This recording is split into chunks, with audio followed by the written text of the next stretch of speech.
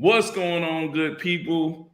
Today we're back with another live, and we're going to be talking about wholesale hustling versus a wholesale business. This is a good topic, man. It's something that I've been looking at and been thinking about in the seasons, man, of this thing where you go from man, I gotta hustle. You know what I'm saying? And then you go through other seasons like, man, I need to put together this business. At least me, I still think I'm a baby when it comes to this entrepreneurial journey. Cordero had to correct my English, but I'm just kind of trying to figure it out, man, and trying to build solid stuff, but at the same time trying to keep everything going, especially because I was doing this thing for 2 years and then the whole market changed. You know what I'm saying? The whole game changed. At least what I was doing. Y'all don't know what nobody else was doing, but what I was doing, it changed. You know what I'm saying? So it's like I was learning how to walk, and then boom, the rules changed. You know what I'm saying? So then for me, it's like I was learning how to figure it out again, and now it's like trying to put something together that's sustainable. You know what I'm saying? So yeah, man. So tonight I wanted to dive into wholesale hustling versus a wholesale business because there's a difference between the two. And when you out here hustling, it gets rough. You know what I'm saying? Once you can put together that business, it changes things. Once you put together the business, it changes things. It becomes more predictable. And all the other good stuff. But yeah, that's what I want to talk about tonight, man. Cordero was ambushed by this. He had no clue what we was talking about. But this is something that I was dealing with today. I actually sat down with my mentor today and was talking about, okay, how can I really get to building the business? You know what I'm saying? Working on the business, that kind of stuff. So, but yeah, man, that's kind of been on my mind today. Yeah, nah, man. Actually, this is like right up my alley. This is right up my alley. Because I think if you're in business, if you're an entrepreneur of any sorts, really this becomes the question. If you're getting started, unless your dad is Bill Gates, Phil Knight, Byron Scott, you know what I mean? Unless your dad, you born in business, then especially if you're making something for nothing, or just in general, if you start your own business, there's a part where it's hustling, there's a season where it's hustling, but at some point, I think we all want to get to a place where it's a business. And to Byron's point, I think about this all the time. I think the biggest distinction between, I guess you got to ask, what is it? What does it mean? And I think we hear a lot of people kind of just merge it all together. I'm a hustler. I'm a business owner. I'm the CEO. I do this and this and that. It's just like, dude, I think that it's important. Words have meaning, and we need to make those distinctions. The difference between being a hustler and somebody who out here hustling, trying to strive, work hard to get your next deal, and having an operational business that produces it. I think it all boils down to having a certain level of predictability.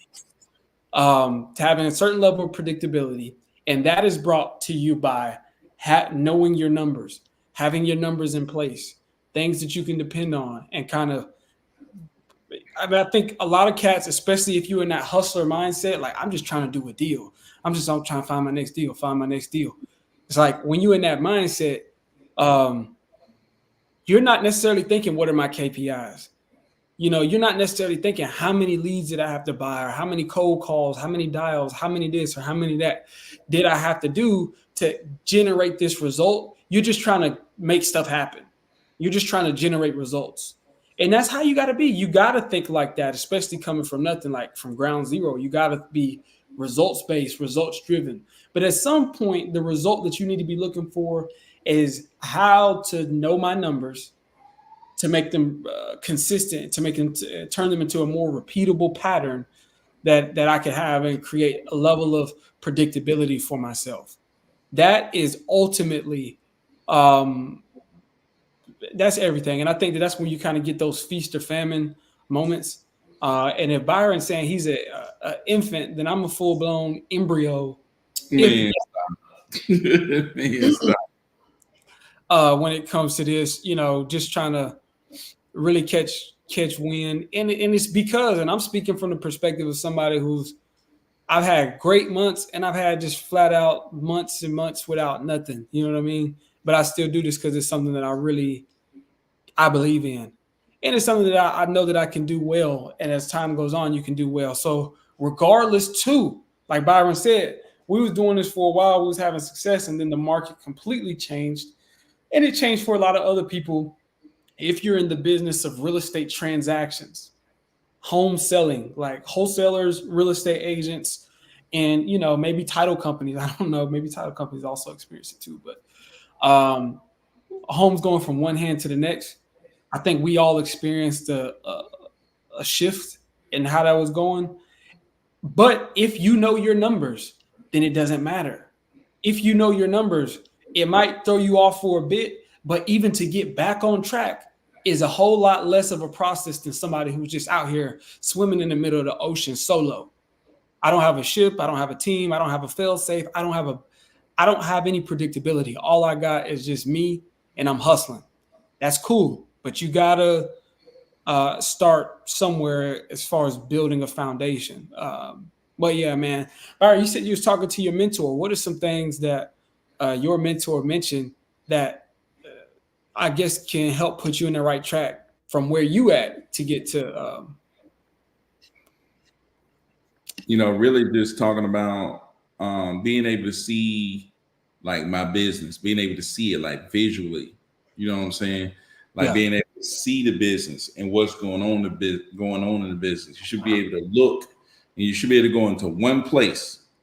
Like if somebody asks you, hey, how's this going? How this going? You should be able to go into one place and yeah, have boom, here's where it is, type of thing.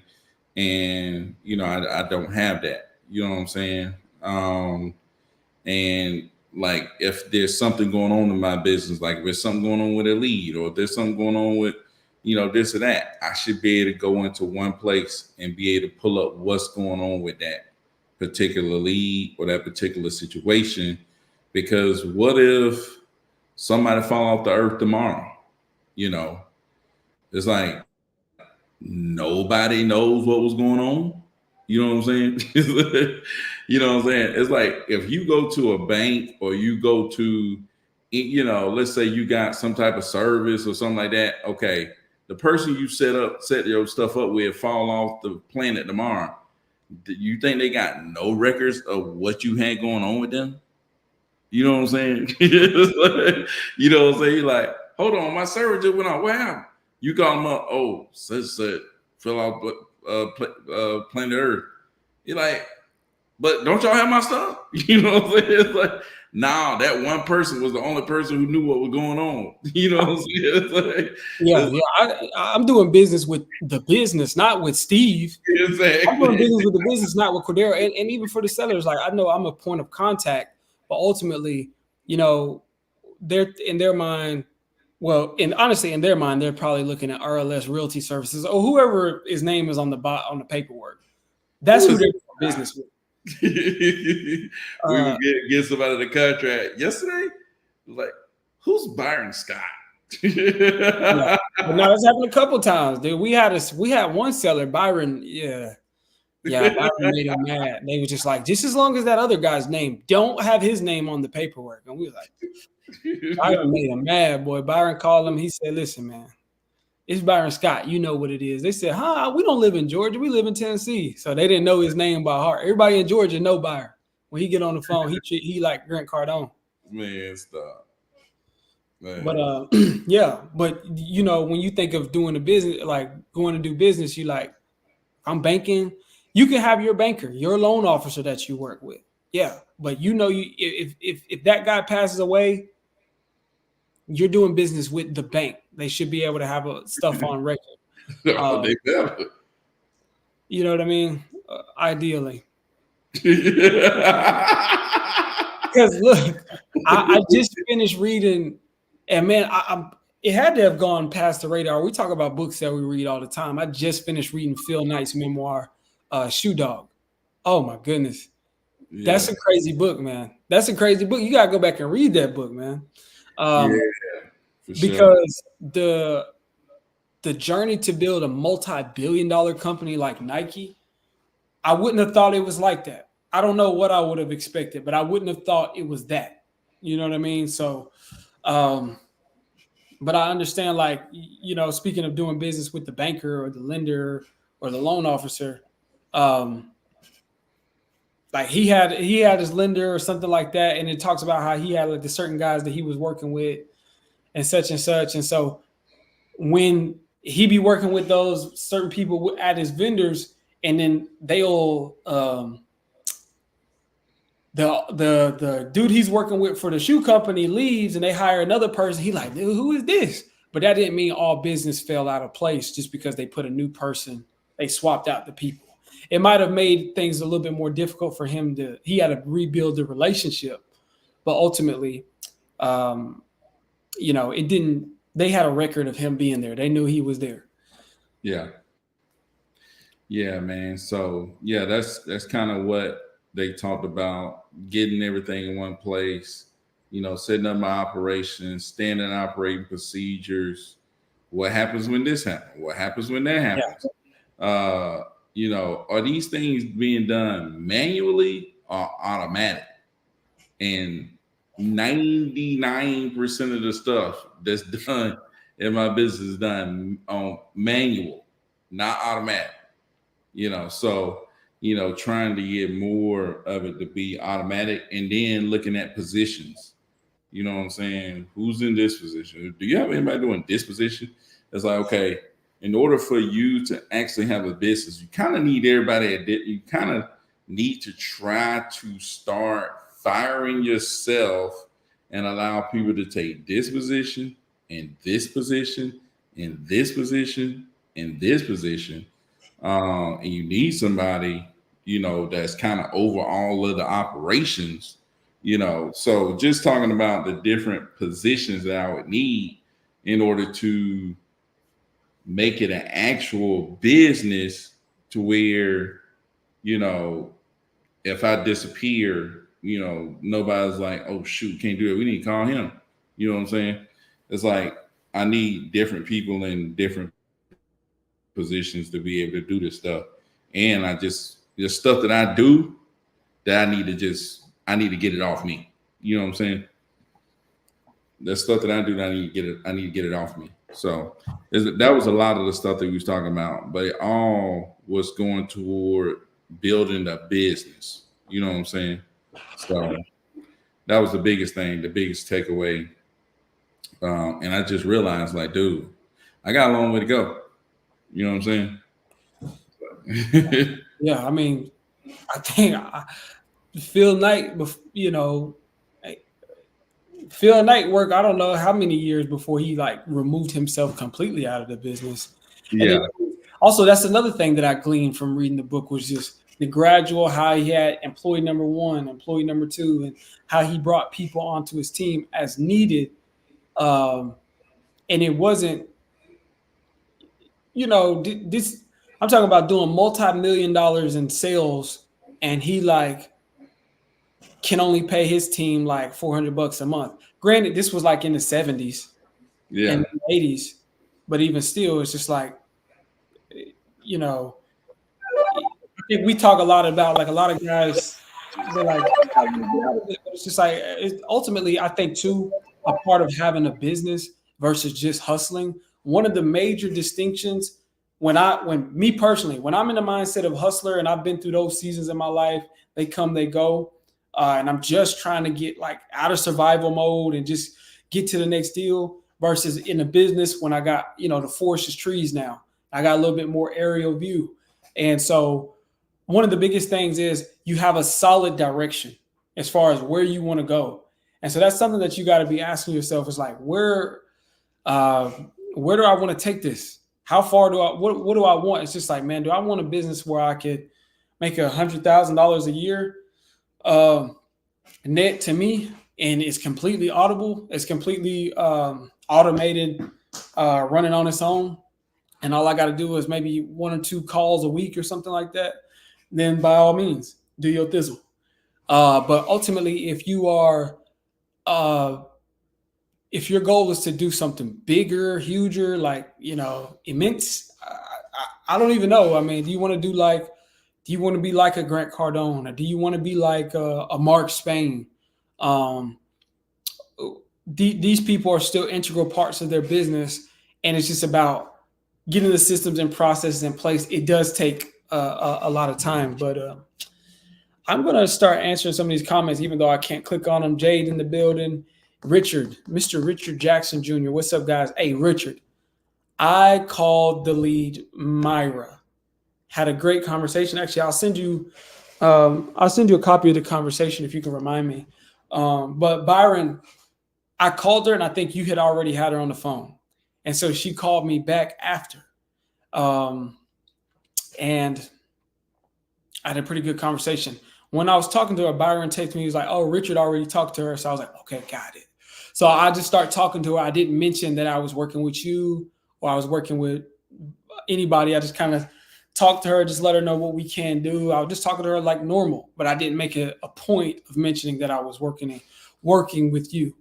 And I think that one can be a deal. It just depends on the condition.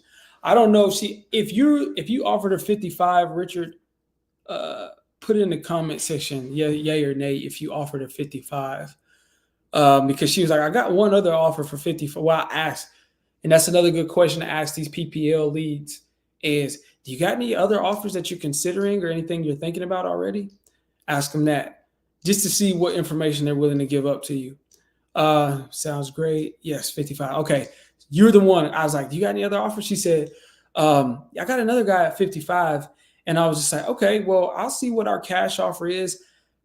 The way she was talking, she was telling me that the house is out of code. She said that she had some situation going on with her mom living there, and her mom's caretaker, which is a friend of the family, had a situation. And ultimately, long story short, that led to the code, the county code, the city code, people coming over there saying that she's in violation. And now she has either 3 options: to fix all the code and get it up to code herself, to sell it, or get fined. And so she doesn't have the money. She just wants to go ahead and sell it.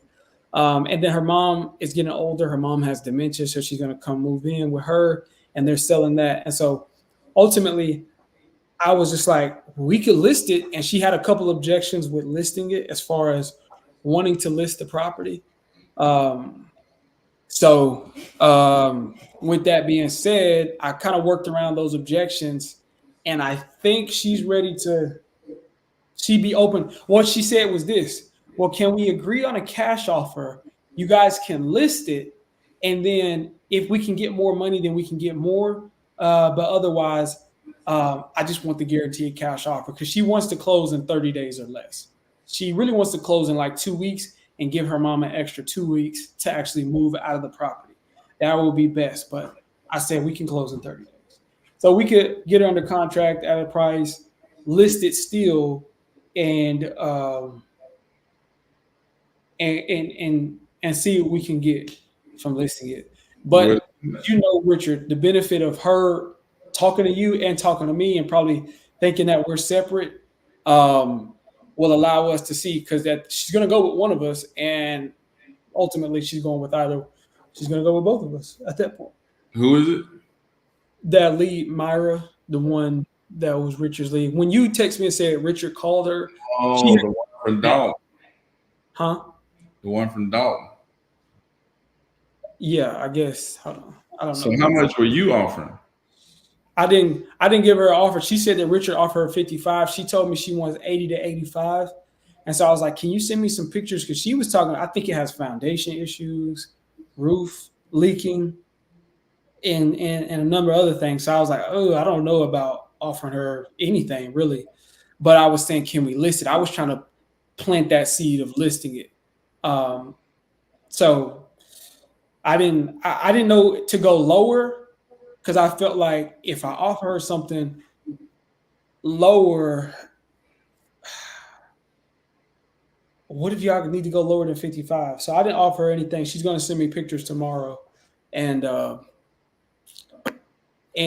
just wanted to push her towards listing it. Yeah, for sure, for sure. Got a call Hey, here. we got some people talking on IG. They said, when did you guys get into wholesaling real estate? Joshua Walker said that. I know Cordero been doing real estate since he was in diapers, but I just started actually doing a deal in 2020. I actually was reading books and educating myself. I was in the wilderness for 8 years before I ever did a deal. So, but yeah, I did my first deal in 2020. It's like I said at the beginning, like I'm just a baby in this game, man. You know what I'm saying? We got some heavy hitters over here saying that y'all should dive into business acquisitions, Cordero. You Who said can literally wholesale a business, close in 2 months each deal, at least 100K. He I don't know who said that. said y'all should shift y'all podcast to that. Who said that? What is it? Anasis or something Do like you that. know them? Adonis. I don't know. Yeah, he He just said, Joshua Walker, follow me. Let's JV. You in Florida? yeah. But yeah, he's saying, I don't know But what maybe he's saying wholesale businesses. no, I mean, I think the thing is, Business I think just acquisition. I guess basically, Alex Hormozy type stuff. I guess so. Oh, Maybe I he don't think. I think. I think what that guy was describing was like wholesaling businesses, oh basically the same thing. Because you can do that, and that's fair. That's fair enough. However, when somebody hits y'all with that, you can make a guaranteed 100K a month. Only make 3 calls. I'm like, dude, cut that out. He's got a point, but I'm like, all of them little details that you just said. It's just like we've been doing this for years, and you said y'all should just change that right now, dude. How many business acquisitions have you Hey, done? you should say, yeah, let's go. Let's All right, you know what, Byron? do Let's cut everything that we've been doing out. Let's stop it. it. Change it. Y'all should change it. It's like, dude, come on. What he said, his comment was, you should just jump ship. It's like, Yeah, no, I respect it because obviously, yes, I believe in this is one thing I do know because we talk about this all the time because we talk about the same energy that we put in wholesale and the residential real estate. We could put that same energy into wholesaling a commercial building, and those are more like larger spreads, 100K spreads. But it's just like it's not everything got its learning curve. Everything got its work. First of all, I would have to start back over from essentially ground zero with what I know as far as about that business. I do have the acquisition skills, but if I got into that business, I wouldn't know exactly all the details about the variables about business. But even if I did, I know that that's not going to be like, oh, I'm just going to switch it over here and I'm just going to instantly start doing it. This is what I would say to that guy who said that. I following my own advice, I would need a mentor who's doing it, not somebody who's talking about doing it and quotes throwing out, uh, you know, Alex Hormozy what you quotes. said, Alex Hormozy quotes. throwing out Alex Hormozy quote stuff that you read or watched somewhere else. Somebody who really does it and because was able to point me in the right direction. And I was like, yeah, I think to his point, just with all due respect to whoever said that, I think that their point was just like, listen, you hunt bigger prey, you get a bigger kill at the end of the day. So yeah, I respect that, but it's not as simple as just. Yeah, for But I sure. would. And another thing is like, man, I know people who sell stuff that's not as expensive as a house that's making a lot more money. You know what I'm saying? It's Oh, like, I know what you're talking about. I hey, know we can't say that on. exactly. Yeah, I'm like, hey, stop doing that and start doing what I'm doing. When in reality, they making a killing. You know what I'm saying? It's like you just don't understand. Everybody don't understand what people doing in different. When they doing different stuff. It's like you may look at something like, man, why you selling that? You should be doing this over here. You don't understand how they running it up. You know what I'm saying? You don't understand. How crazy selling whatever they selling can go. Yeah. So it's all about really, man, can you find one thing that you can repeat the sale of it or repeat that process of making money over and over and over again, make it predictable, and how hard can you push it? You know what I'm saying? In one direction. You know what I'm saying? It's like it's no, oh, this is the silver bullet. Oh, unless you're doing this over here. You know what I'm saying? Unless you're doing that. No, dude. There's people making money and getting money every kind of which way. But you definitely, regardless, one thing that is true about everybody that's killing it is they're going in one direction a million miles an hour. You know what I'm saying? They have, even people, they might be doing different stuff now, but they went in one direction a million miles an hour. You know what I'm saying? So, like you said, don't tell me, oh, this is the way. Oh, that is the way. Oh, this is the way. Oh, go over here, go over here, go over here. That's like I say the same thing about marketing with wholesale. People say, oh, no, it's cold calling. Y'all got confused. All this other stuff is confused. Y'all, it's all about cold calling. Other people's like, oh, y'all should have never stopped texting. You should have kept texting people the whole time. Other people's like, you're never going to be anything until you start doing PPC. You're never going to be anything. PPL is a new way. Da, da, da. It's like, dude, unless you decide to go one direction and go a million miles an hour, none of the other stuff gonna matter. You know what I'm saying? It ain't gonna matter. Yeah. You have to pick one way to go and go a million miles an hour. Those are the people that's really getting it. You know what I'm saying? There might be people that's doing different stuff and they hitting it, they're doing a pretty good job. But the people who chose one thing, that's like we talk about Dwayne. Dwayne said, I'm listing these properties. Yeah. You like, look, I'm doing this. This is what I'm doing.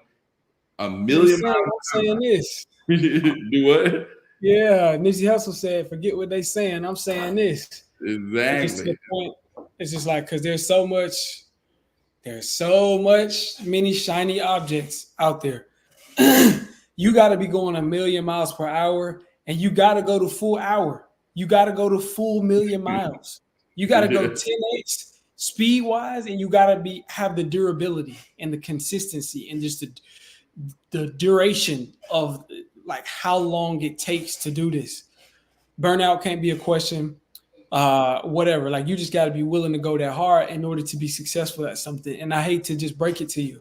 And so that's why when somebody hits us with the, oh, you could be doing this, what you need to be doing, yada, yada, yada, with respect. Because even like I said, much respect to whoever made that comment, because there are certain tweaks that you can make. No, there are certain tweaks that you have to make to ensure that your million miles per hour, or that the work that you putting in is worth it.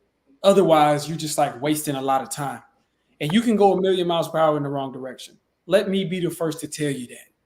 Right? And that's with anything you do in life. That's what people get 10, 11 years into a relationship and be like, I don't think this is the one. I don't think this was the one for me. Yeah. People get so far down the line. It's just like people play basketball all their life until they graduate high school or something like that and be like, man, I don't think I'm going to the NBA. You know what I mean? It's just like, I don't think he was ever. And so you can't go far in a senior year. What'd you say? Some people like, I don't think I'm playing my senior year. They didn't play from kindergarten all the way up. And they're like, man, this senior year, I ain't Yeah, I got a little brother. My little brother said that. My little brother just turned like 15 or 16. I said, you still playing sports? He said, nah, I had to hang it up. Hang it up. He said, hang it up like he was 39. Exactly. Hang it up.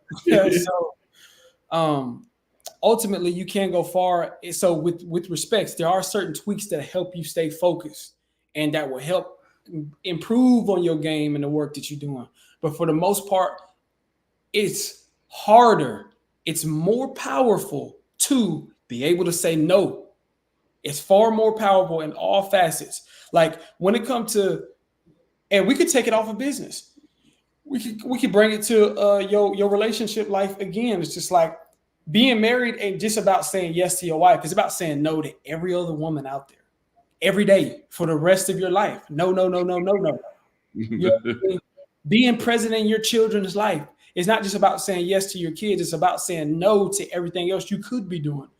I could be out there just still trying to be young, be a player, but I'm here being dad tonight and every night.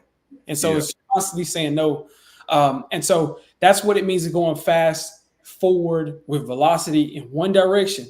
That's what's going to determine success. And especially in this market, it's because things are a lot harder. Things are a lot tougher. And so you got to, whereas like I was talking about, like it feels like you got to work 10 times as harder to get 1/4 as far. Yeah. And so that could easily trick a person in their mind to think, man, all of this work I'm doing just to get this, it's maybe I need to be doing something else. I'm like, no, trust me, you're in the right path. It's just harder to do hard things. Yeah. Like the bigger picture is always worth it. And so keep traveling forward with speed. I'm not going to get off what I'm doing. I'm trying to figure out how to go harder. Yeah. We're trying to expand while others contract. And that's the thing. Greg Cardone talks about it in the 10X rule because he knows when things get harder, more and more people contract. And the deeper you get off into tough times, the more people say they go from wholesale business to wholesale. Well, they never had a business. It was more like they go from being a wholesale hustler to, dude, I'm about to go see what this. I'm about to go see what it's like working at Verizon Wireless. See what that's talking about. I'm about to go back to teaching. I'm about to go get a job over here at the factory or something like that. It's like every time I talk to one of my little old teacher friends, I'm like, man, I'm finna have to go back to teaching. Like, oh yeah, they just wait for me to come back. Like, well, I'll just wait for you to come back. Yeah. I remember I worked at this one. I worked at a call center. This was 2016, 2017, and it wasn't that I was leaving there to start real estate. I was leaving there to go to a different job. But I knew from that job, like I was going to do this job and I was going to take all my money and invest in real estate. I knew that. But I left, and like the day I left, or maybe like the week I left, I told it was a manager, but she managed the team across the way from my team. And I was like, yeah, I'm leaving. She's like, are you leaving? You'll be back. And that thing, like there's some nights where I'll be sleeping, stressing, and I'll wake up and all I hear is, you'll be back. Because I'm just like, on the low, she was just like, ain't no way you about to leave out of here before I leave out of here. I'm trapped here. You know, I'm like, what you mean I'll be back? Yeah, she couldn't even say, oh, congratulations. She was just like, oh, you'll be back here with the rest of us. That's what she said, actually. She said, you'll be back like the rest of them. Oh, like she said it like I was coming out of a rehab center or out of prison or something like that. Like, what is this? I'm like, oh, okay. And that's been fuel, at least not to go back there to that place. So, Coach, what's going on, Coach? Man, Coach in the building. Hey, Coach got a deal about to close. Coach got a deal about to close, man. Deal close next week. By the way. Can't go backwards. Yeah, you right about that, Rich, man. Can't go backwards for sure. I just be laughing though. I've been in plenty of places where I couldn't go backwards. You know what I'm saying? It's like when I left my mom and dad's house, couldn't go backwards. It was like, dude, you know how much stuff I went through and never had to call them for a dime. It's like, man, could not go backwards. It wasn't even an option. Not even that they weren't gonna let me. Right. It's just like you just knew the expectation. The expectations, man. Like, dude, I've had expectations since the beginning. I had 6 older brothers. You know, they set expectations everywhere they went. They went to the classroom. They was always good. Teachers expect you to come in and be top notch. Never do anything wrong. Never get in trouble. Never say anything out of the way. Be the perfect student. That's what that was the expectation. You know what I'm saying? It's like, the expectation was to never get in trouble ever in your life. Don't never go to detention. People talking about ISL. Are you kidding me? Dude, never get in any trouble ever in your life because that was the expectation. The expectations. It was like, dude, you go out here and play. Like I would go, you playing baseball or basketball or football at any level. Like I was in high school. The coach is like, are you as good as your brother?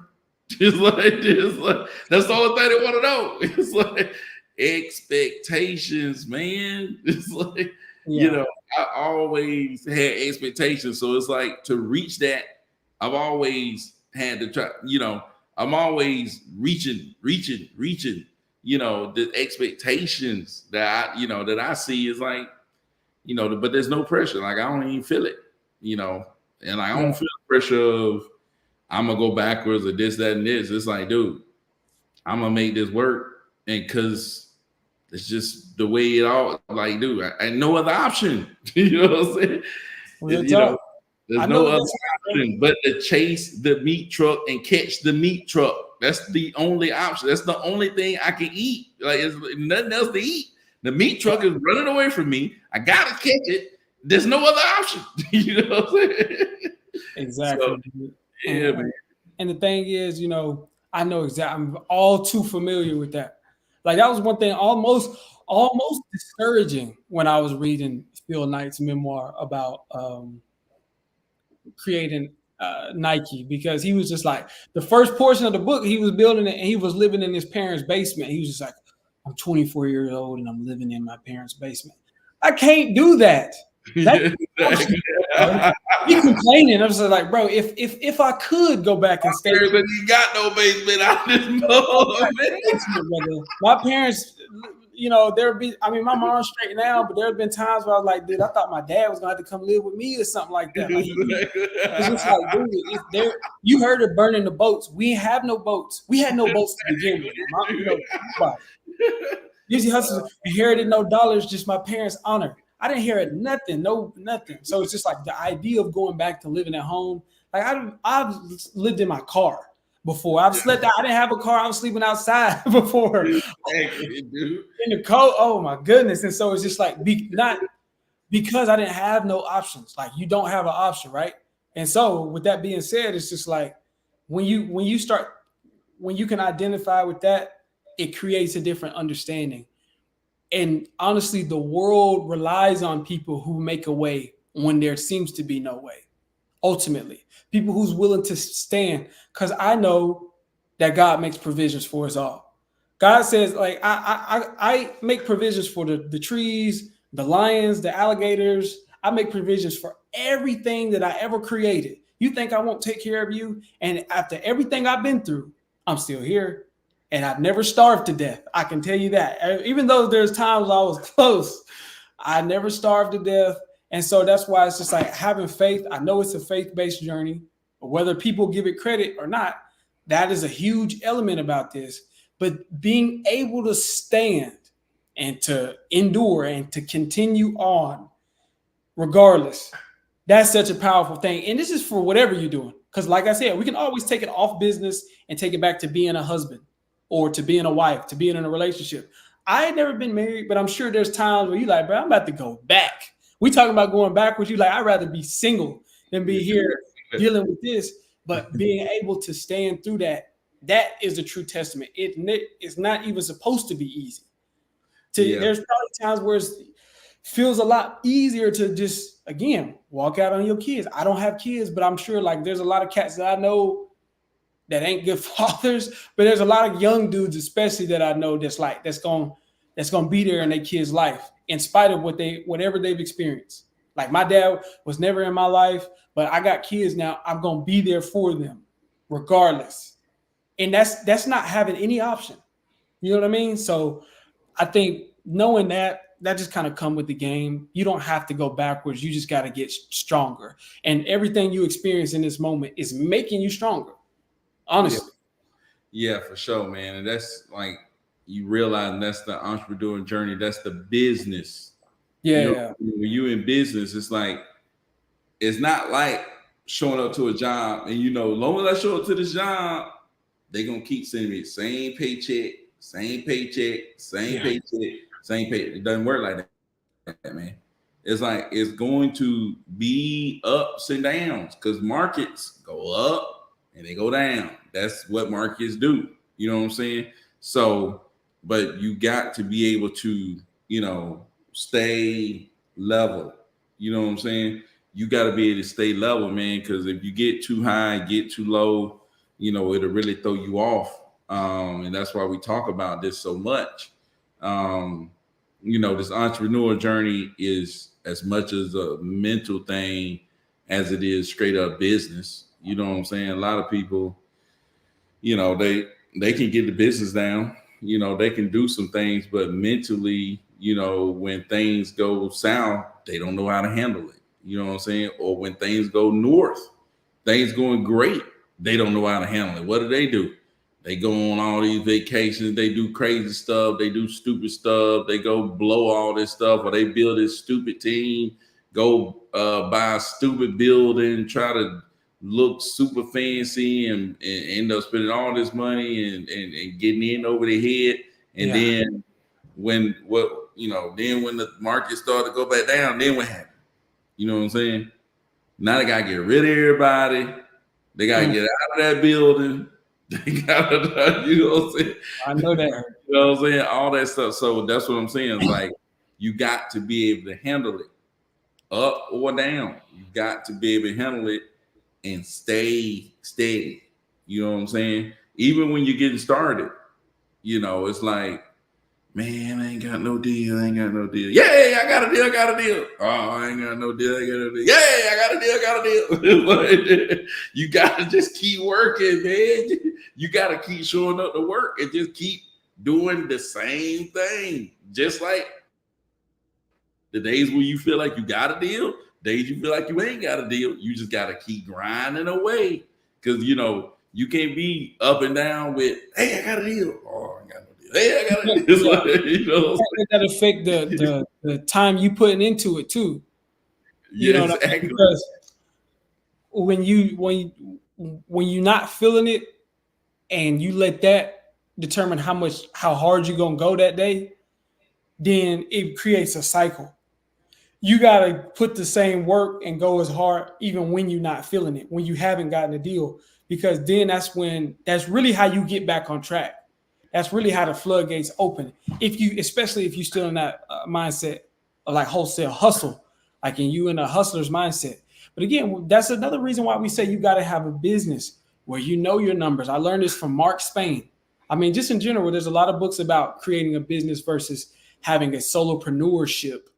But a business is one where you know the numbers. So he says, even no matter what the market is doing, he can tell you what's going to happen next month or the next 2 months based upon these certain indicators. How many people are responding? Like he can say, like, okay, how many PPL leads come in per day? And I'm just giving an example because I highly doubt he does PPL, Mark Spain. He probably has his own PPC and Google AdWords and things like that, but you catch my drift. Based upon how many PPL leads come in per day, that's going to tell me how many deals I'm going to close next month, right? And so what he does is if he sees that number start to dip, he said, okay, if I want to have the same outcome next month, then I know I probably need to buy more leads or start to make the adjustments now. That's the thing, that when you can actually have a handle on your numbers and what they do on a consistent basis, then if you notice something start to change, here's another benefit of being able to have that aerial view of your business, where you can kind of look down in your business from start to finish. Like when you open the hood up and you can look off underneath the hood of your car and see, okay, what's smoking in here? Because it's a uniform system. Everything works in its place. It's already in its place. It's not usually chaos under the hood of an engine. Not usually. Some of y'all cars probably are, but for the most part, everything's in its place. The battery's over here, the engine's right there, the alternator's wherever it's at, etc. But if something goes wrong, that's why a mechanic can open up the hood. He can aerial view. He can say, okay, that's where the problem is, right here. The engine is smoking. It's not the battery. The battery's not smoking. The alternator not smoking. The so on and so forth. Likewise with your business. When you get an aerial view, you can say, okay, PPL clicking, acquisition is going good. Our conversion rate is going good. The dispo, we're getting properties listed on time. We're getting offers back. Where's the problem? Oh, it's transactional coordination. There's always title issues, right? Or everything is good, but something, the deal flow started to slow down. What happened? Oh, it's acquisition. It's like we're getting enough lead coming in, but the conversion rate is trash. What happened with acquisition? We need to make some adjustments in the acquisition department, right? Yeah. That's only if you have a business to where you can look back at things like that. Yeah, for sure, man, for sure. But shoot, man, we've been on this thing 45 minutes. Cordero ain't gonna make it to the store on time. I'm gonna make it to the store on time. I gotta go. I gotta roll, y'all. Yeah, Cordero got rolled. Last look, Jade always got a question, man. Lady Kimberly and Conyers for cosmetic work looking to get to tell her 205. We ignore the high end. The estimate is 256. Where do you think we would need it at for a cash offer or listed, guys? I think 205. Let me stick it in this calculator. The same calculator I already gave, Jade. Let me stick it in there for you though. Let's see. Let's see what the calculator below that 200 mark. Do what that? I'm saying we need to if she at 205 to 230, she's at 205. And we need to break her down below that 200, even if it's 199, 195. We need to get her down there. Those 100K marks are the ones you got to kind of like break the people at. Like, so I think Novation, the highest we could potentially go on the MLS listing is 190. Like with the seller, or that's how much we could list it for. With the seller. Yeah. I told you we need to get it down below that 100, and that's what I was gonna say too. 190. And then the wholesale, we need it at 152. Yeah, all day long. I was gonna say 190 because what I did. Right. If this estimate is 256, 70% of that is like 179.